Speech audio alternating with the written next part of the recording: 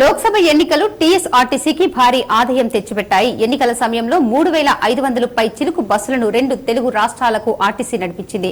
తెలంగాణలో సుమారు 1,500 బస్సులు, ఆంధ్రప్రదేశ్కు దాదాపు 1000కి పైగా బస్సులను తిప్పింది. ఏపీ అసెంబ్లీ ఎన్నికలపై ప్రముఖ ఎన్నికల వ్యూహకర్త ప్రశాంత్ కిషోర్ అధికార వైఎస్సార్ కాంగ్రెస్ జగన్ పై సంచలన వ్యాఖ్యలు చేశారు.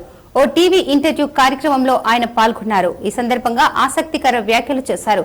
గత ఎన్నికల్లో భారీ ఆధిక్యతతో విజయాన్ని సొంతం చేసుకున్న జగన్ కు ఈసారి ఎన్నికల్లో ఘోర పరాజయ పాలవుతుందన్నారు.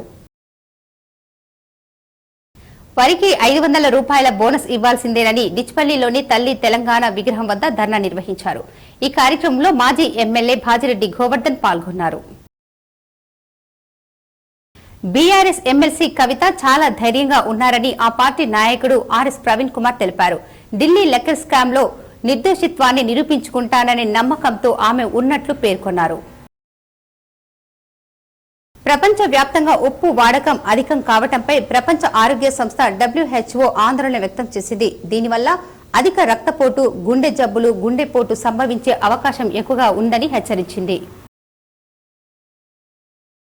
నిజామాబాద్ అర్బన్ ఎమ్మెల్యే ధన్పాల్ సూర్యనారాయణ శుక్రవారం శబరిమల అయ్యప్ప స్వామి వారిని దర్శించుకున్నారు. ఎమ్మెల్యేగా గెలుపొందిన తర్వాత మొదటిసారి ఆలయానికి వచ్చి మొక్కులు తీర్చుకున్నారు.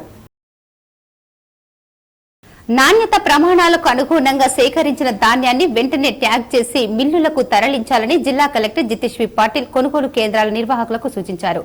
శుక్రవారం నిజాంసాగర్ మండల కేంద్రంలో ఆరేపల్లిలో ధాన్యం కొనుగోలు కేంద్రాలను, ఎల్లారెడ్డిలో బయలు రైస్ మిల్లులను అదనపు కలెక్టర్ చంద్రమోహన్తో కలిసి ఆకస్మికంగా సందర్శించారు. తెలంగాణ విశ్వవిద్యాలయానికి నిజాయితీ గల వారిని వీసీగా నియమించాలని పీడీఎస్యూ జిల్లా ప్రధాన కార్యదర్శి జన్నారపు రాజేశ్వర్ ప్రభుత్వాన్ని డిమాండ్ చేశారు.